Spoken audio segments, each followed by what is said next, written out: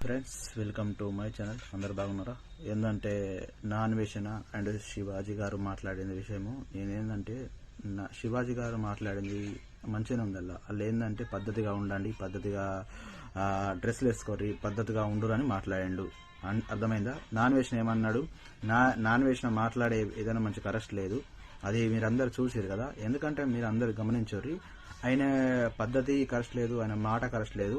ఆయనకి ఇప్పుడు నేను చూసిన వీడియో వల్ల కొన్ని వీడియోలో ఆయన కరెక్ట్, ఆయన ఎలా మాట్లాడుతుండో ఆయనకు తెలుస్తలేదు, ఆయన ఏం చేస్తుండో డీల్ చేస్తుండో ఆయనకు అర్థం అవుతలేదు. అర్థం చేసుకోరు మీరు. ఎందుకంటే మనమే ఫేమస్ చేసినాం, మనమే చేసినాం.